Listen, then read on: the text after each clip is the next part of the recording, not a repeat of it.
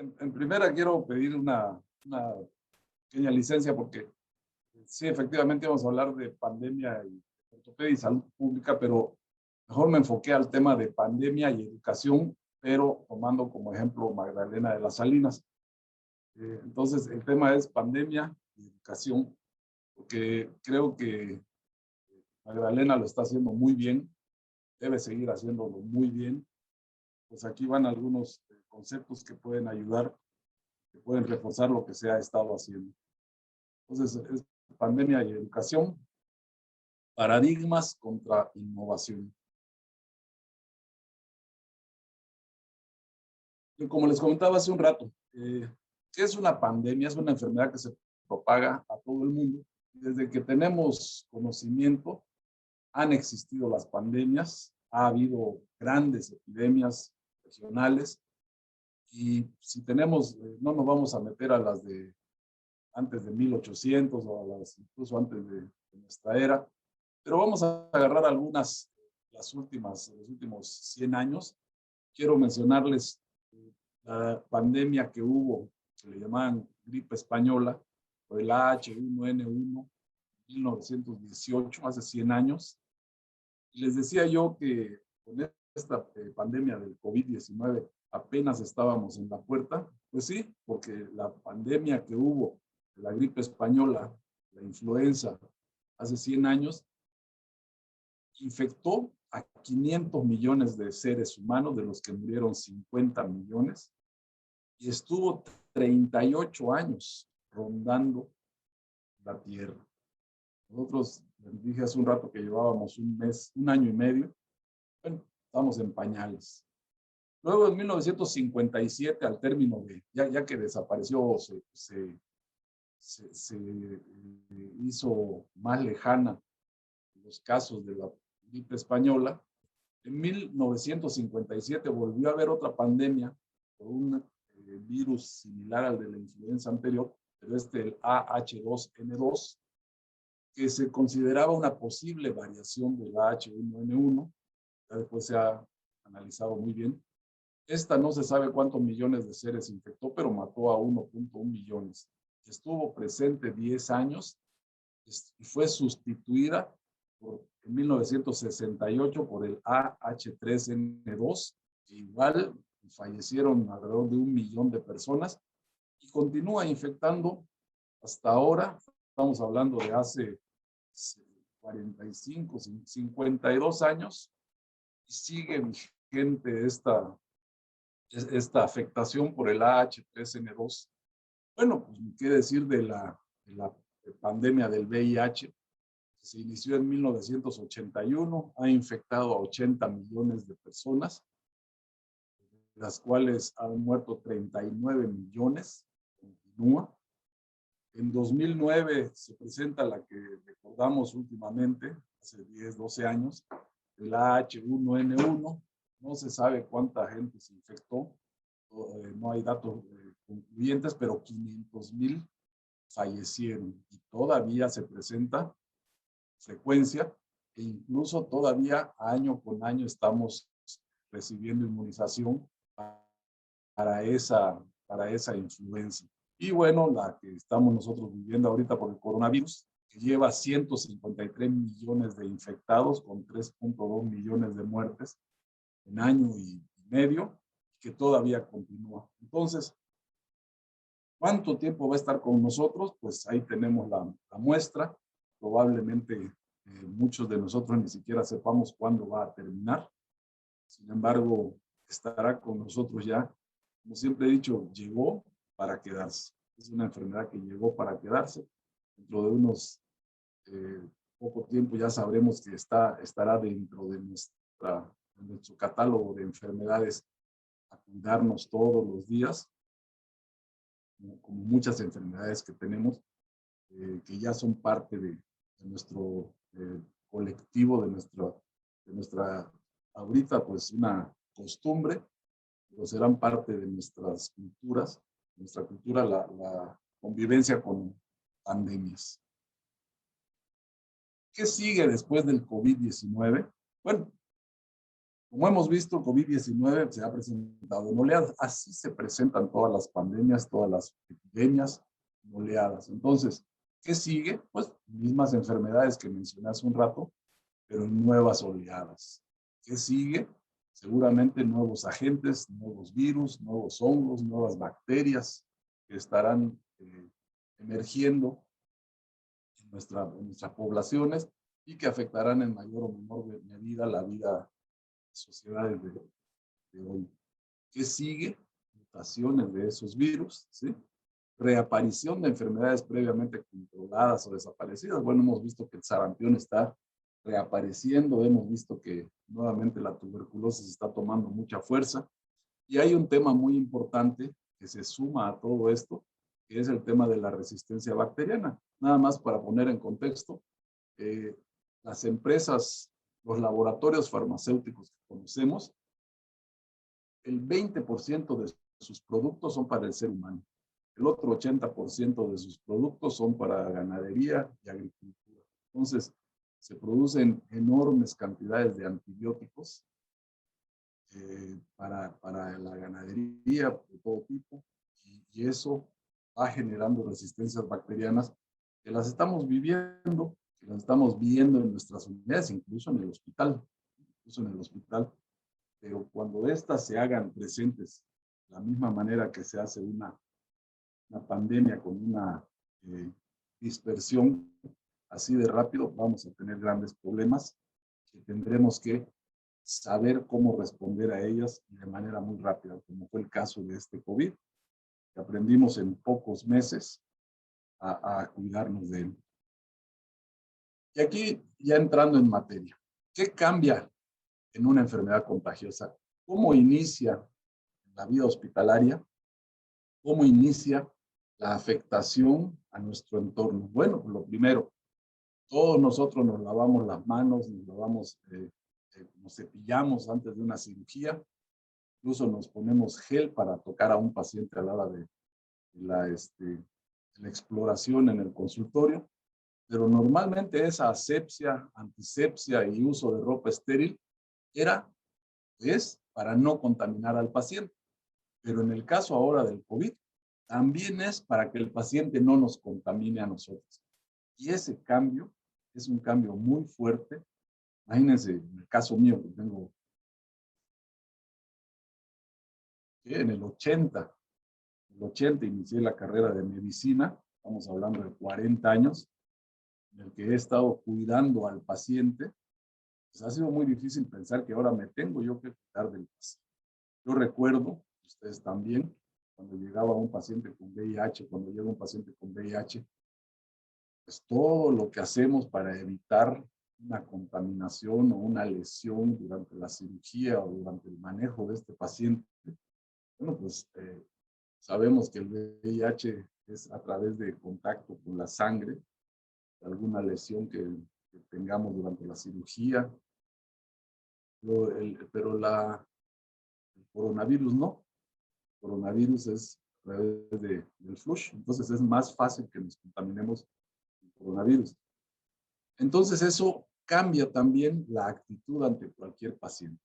Ya hoy vemos a todos los pacientes con la posibilidad de contaminarnos, de contagiarnos por el COVID, la COVID-19.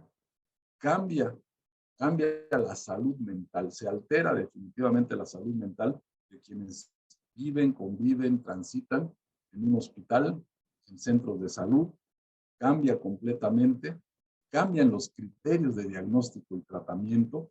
Yo estoy seguro que nos hemos vuelto más conservadores en el manejo de muchas lesiones, específicamente en la trauma y la ortopedia, que antes, hasta por ganas de operar, metíamos a quirófano, ahora lo pensamos 2 veces.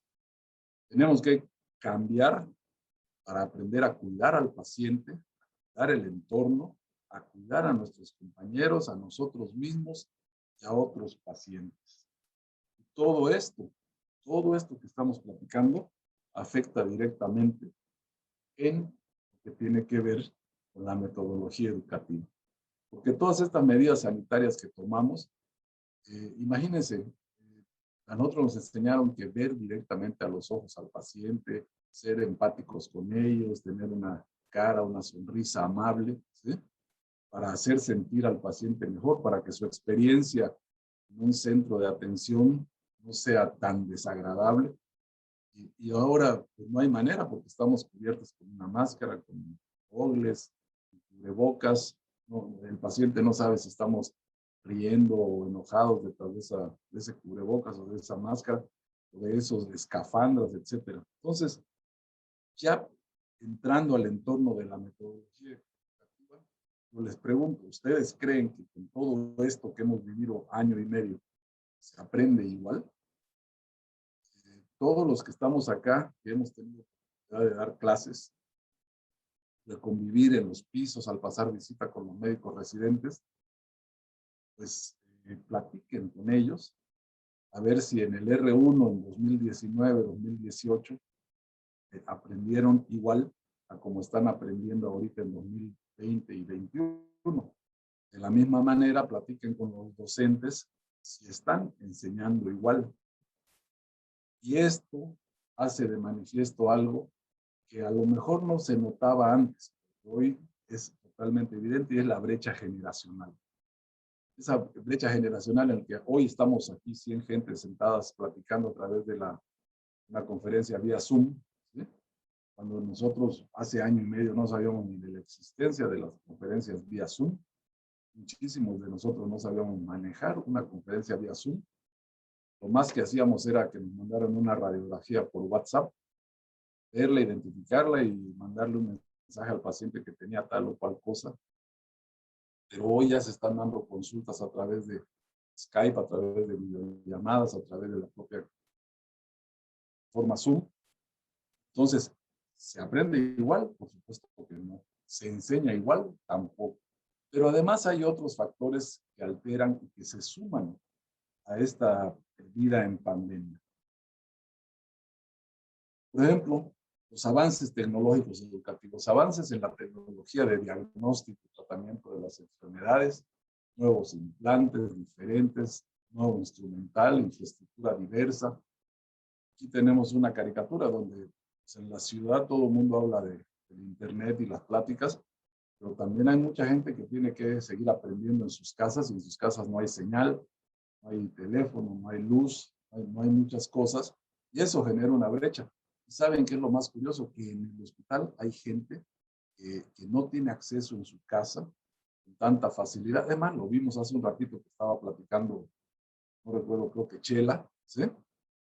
Simplemente te perdimos, Chela, ¿sí? O sea, aún estando en centros eh, cosmopolitas, tenemos problemas con la transmisión. Avances en la tecnología de la información, y aquí es muy importante. Platiqué con Rubén Torres hace unos días, ¿sí? Me dice que en las computadoras del hospital se tiene acceso a 4,000 títulos de revistas.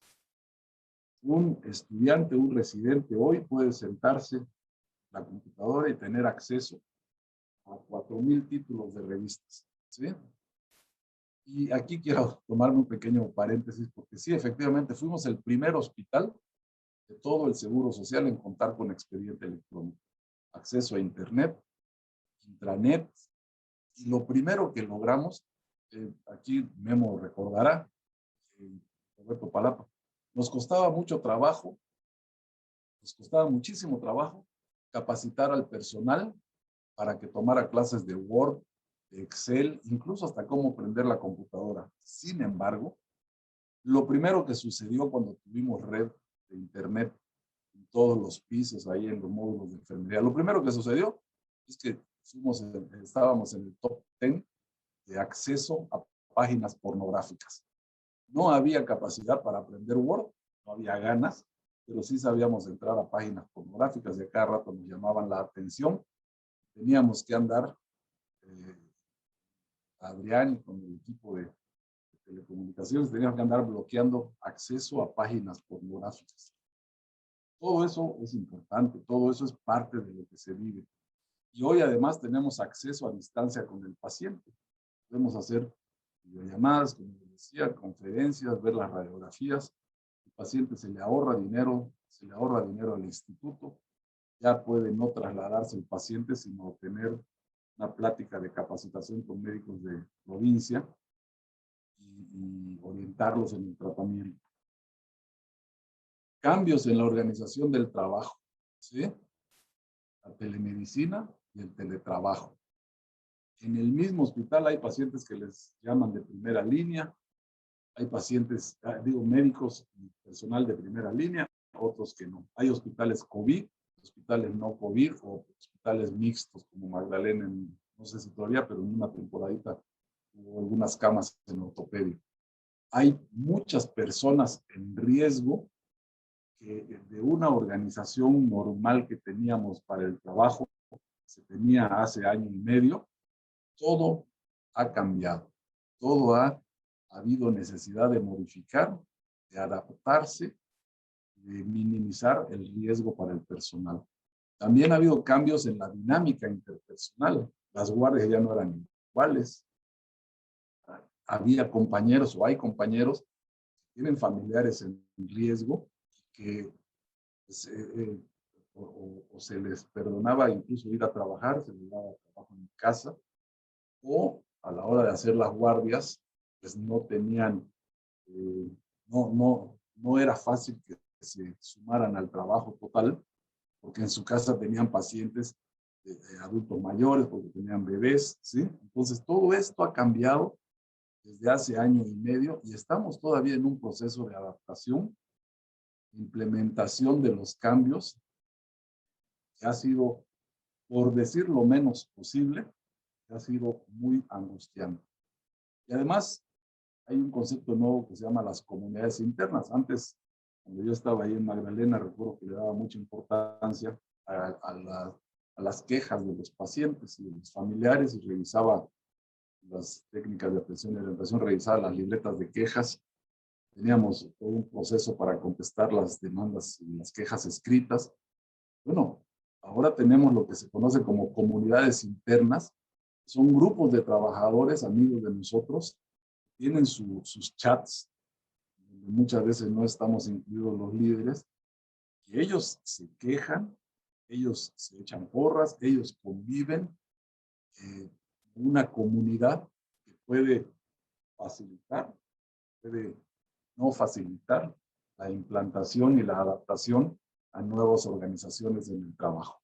Entonces, todo esto se debe tener en cuenta pensando que somos un hospital escuela, que somos un hospital que me decía Rubén, estamos cercanos a los casi 350 residentes de trauma, ortopedia y de otras especialidades.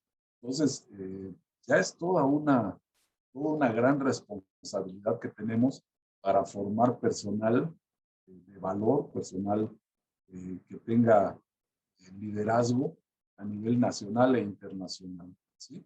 Y en esto sí quiero entrar un poquito, profundizar un poco. Hace rato decían que las cosas no pueden ser ocurrencias, las cosas no pueden ser al vapor, tiene que haber una planeación. Y en esto pues hay que darle oportunidad a los expertos, que ellos saben de las metodologías educativas, de los modelos educativos, ellos saben qué características debe tener un modelo u otro. Entonces, aquí les quiero platicar algo muy rápido del conductismo. Finales del siglo XX, a mí me tocó, a muchos de los que estamos en esta conferencia nos tocó, el conductismo, ¿sí? Ahí se observa la conducta del alumno, se vigila que adquiera los conocimientos a través de exámenes, etcétera, ¿sí? Y una actividad muy representativa del conductismo es el condicionamiento. Haces bien, un premio. Haces mal, un castigo, ¿sí? Es un modelo que se utilizó en las instituciones académicas y de salud durante todo el siglo XX, pero fue perdiendo terreno a finales del siglo XX conforme las tecnologías de información se hacían más dispersas, se hacían más comunes entre la sociedad. Y ya a finales del siglo XX, a principios de este XXI, empezó a cambiar esta modalidad educativa, ¿sí? Que era de premios y castigos, de disciplina, de ambientes competitivos, el que sacó 10, el que sacó 7. Empezó a cambiar para bien necesariamente hacia un modelo educativo conocido como constructivista, ¿sí? En este, los responsables, todos los que trabajamos en Magdalena de las Salinas, aún cuando hay unos que son profesores, son docentes, están en la plantilla de alguna universidad, la UNAM o como el Politécnico, pues ellos son responsables, pero también los médicos al pasar visita tienen un liderazgo educativo, los jefes de servicio tienen un liderazgo educativo, ¿sí? Y entonces se voltea a ver hacia el modelo educativo del constructivismo. Aquí los responsables dan las herramientas, facilitan el ambiente para que el grupo elabore, construya y adquiera sus conocimientos. Y podemos ver el dibujito donde todos están poniendo, ¿sí? Todos están aportando para beneficio de todos. Y vale la pena tocar unos conceptos, el concepto del nativo, el emigrante en el tema de conocimiento, ¿sí? El nativo es el que nace eh, dentro de una característica educativa y el emigrante es el que se mueve de una a otra. En el caso de la digitalización de los conocimientos, pues para poner de ejemplo, caso particular mío, yo soy baby boomer, nací en el 63, ¿sí? Cuando yo nací no había computadoras. O sea, vaya, lo más cercano a una computadora era una calculadora que sumaba, restaba, multiplicaba y dividía, luego apareció con raíz cuadrada, etc. Tuve que migrar los diferentes pasos que dio la tecnología. Entonces soy un emigrante digital. A diferencia de los muchachos que hoy tenemos de residentes que nacieron a principios de los 90s, primera mitad de los 90s, mitad de los 90s, ellos ya son nativos digitales, ¿sí? Son términos que se han acuñado en 1935 y después en el 2001 con el nativo digital. Y eso genera una brecha importante entre el docente y el alumno. Por eso, la esencia de este modelo constructivista radica en los perfiles del docente y los perfiles del alumno, ¿sí? Para minimizar o para buscar solución a esa brecha digital. Hoy es conocido que estos muchachos son nativos digitales. Las actividades con las que se transmite el conocimiento deben ser muy visuales, deben ser breves y debe haber un enorme dinamismo, porque así están viviendo en las redes sociales. Hoy es época del TikTok, ¿sí? Hoy es época de los videos rápidos, de los mensajes. Si ustedes ven la facilidad con la que manejan un teléfono, no es la misma que la manejamos nosotros que nacimos sin ellos. Entonces, todo esto debe ser tomado en cuenta y le puse aquí en el título donde dice constructivista en movimiento, porque este constructivismo, este modelo educativo también ya está cambiando, también ya está teniendo mejoras y se están conociendo con diferentes nombres que vamos a ver un poco más adelante. Con estos dos modelos con los que hemos vivido, estamos ahorita, ¿sí? Quiero pasar 23 años que he platicado con muchos de ustedes a lo largo de estos 10 años que he estado fuera del hospital. Hice una pequeña matriz FODA, ¿sí? De debilidades y amenazas. Miren, a propósito puse esa foto de Magdalena de las Salinas. Hoy, uno de los muchachos que está de residente reconocería esta imagen, porque ya no está así la fachada de Magdalena de las Salinas, el trauma, ¿sí?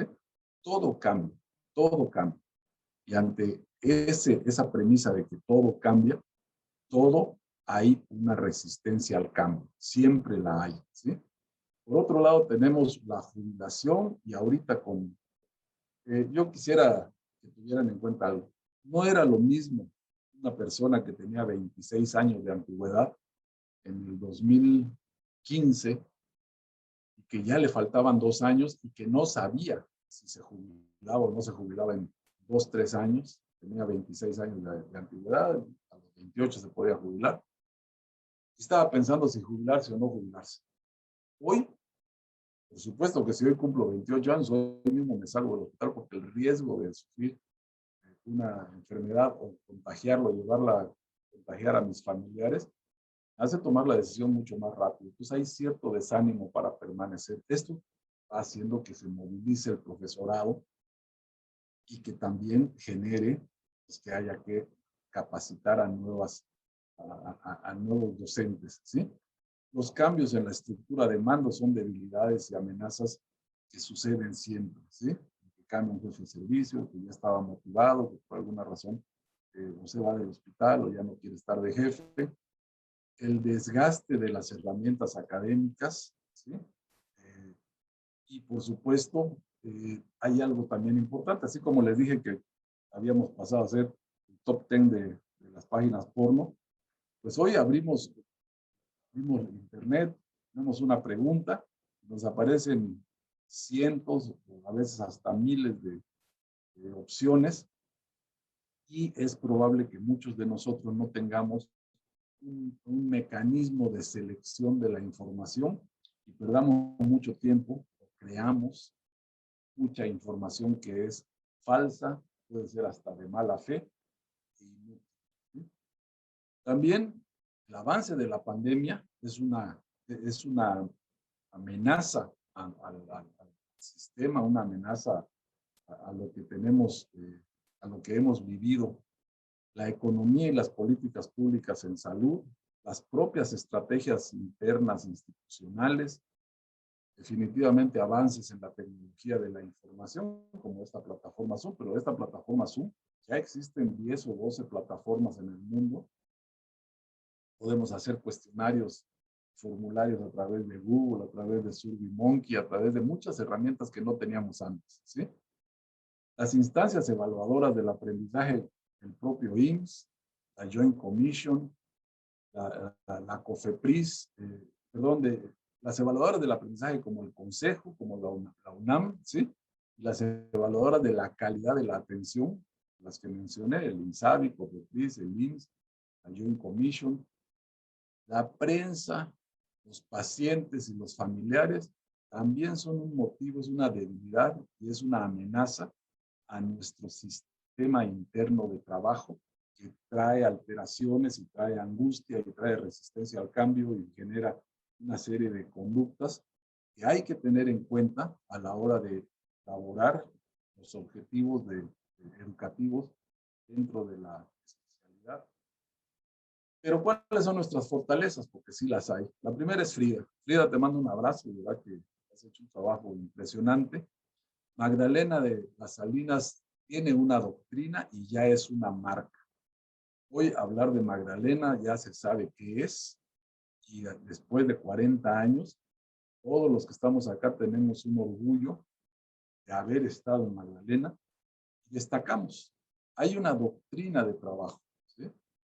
Tenemos una enorme infraestructura, consta de 500 y tantas camas, pero hay algo muy relevante que quiero comentarles. Cuando Memo y yo nos dimos a la tarea de la red, esta que mencionamos de computadoras, que estaban en el área de enseñanza, yo les dije, yo quería tener también acceso a esa red. A la hora de pasar los cables, curiosamente el hospital tenía una arquitectura que permitía cablear y poner nodos en donde quisiéramos, porque así era la arquitectura del hospital. A diferencia de muchos otros hospitales, como por ejemplo en urgencias traumatológicas, ahí tuvieron que perforar y hacer y girar y mirar porque no tenía la capacidad para permitir el paso de cables de un lado a otro. Cosas tan sencillas como esa. Magdalena estaba planeada sutureando, ¿sí? Otra fortaleza, la composición de la plantilla de profesores. La revisé y está muy equilibrada. Hay mucha gente nueva, hay mucha gente de antaño que seguramente permiten que los alumnos obtengan lo mejor de los dos mundos, lo mejor del mundo nativo y lo mejor del mundo migrante digital. El perfil del alumno. Los alumnos que están llegando a Magdalena están teniendo cada vez más capacitación. Muchos, vale la pena mencionarlo, platicando con Rubén Torres, me decía que ya un número muy alto, al menos hasta con 2 que haya, ya es más alto de lo que nos tocó a nosotros en los 90 y a inicios del 2000. Ya traen hasta maestrías, como la maestría ya pueden ser en línea, como administra su tiempo, ya hay alumnos con maestría. Y el docente, hay muchos docentes que han tomado cursos de educación, que han tomado maestrías, que han tomado diplomados, que son conocedores, pero hay otros que somos muy ligados a la pues a la experiencia. O sea, estamos más apegados a transmitir nuestra experiencia más que generar nuevos conocimientos. Otras fortalezas y oportunidades que tiene Magdalena de la Salina, la experiencia académica, y algo, aquí puse cuatro palabras clave. Hay una disciplina, hay una planeación a mediano y largo plazo, se está trabajando muy bien en esa área, hay flexibilidad y hay capacidad de adaptación, que son hoy por hoy, como lo mencioné hace un rato, dos costumbres que se deben arraigar más, porque así viene el mundo, muy cambiante. Esto de un año y medio, tener que haber readaptado el hospital y al personal para atender una pandemia y seguir atendiendo al trauma y la ortopedia, es una capacidad de adaptación extraordinaria. Entonces, todo eso son fortalezas y oportunidades de Magdalena. ¿Y cuál es la propuesta? Bueno, la tendencia es hacia el aprendizaje autónomo, ¿sí? Aquí hay que estar todos los que se dedican o nos dedicamos en algún momento a la docencia, tenemos que ir volteando hacia el aprendizaje autónomo, ¿sí? Y esta es la autonomía del alumno, es la metacapacidad para tomar el control del proceso propio en diferentes grados y de diferentes maneras según la situación de aprendizaje.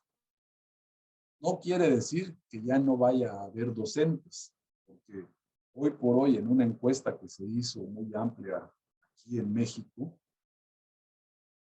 ese artículo que ven acá, Vázquez, colaboradores, la revista digital universitaria, valoraron una serie de dimensiones. En el caso de la dimensión afectiva, ¿sí? El 25% de los alumnos, ¿sí?, quieren que los docentes se interesen en cómo se sienten durante el proceso de aprendizaje, ¿sí? El 17% quiere pedir ayuda. Entonces ahí tenemos ya casi 40%, más del 40% de alumnos que requieren a un docente.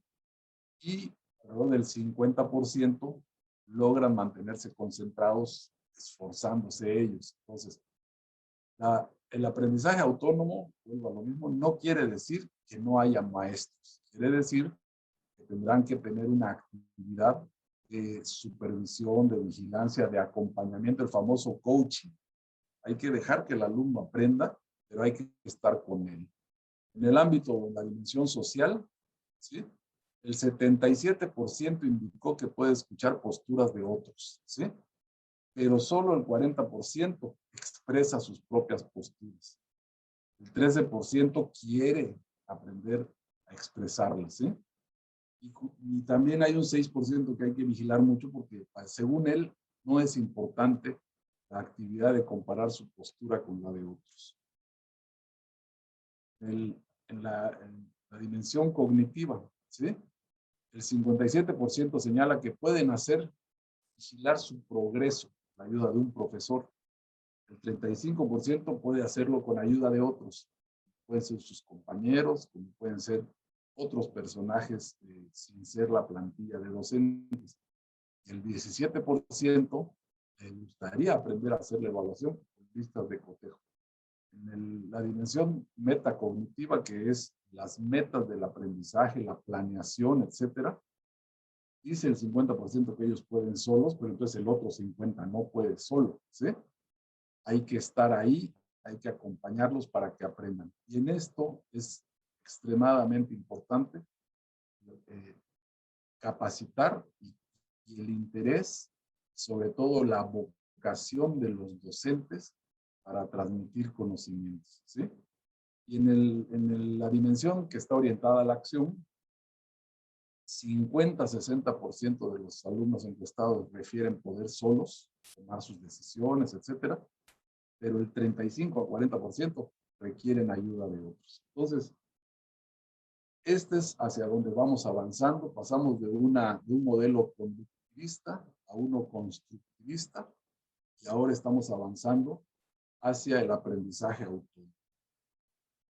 Y ya para ir terminando, en Magdalena de las Salinas hay que pensar global, pero hay que actuar local.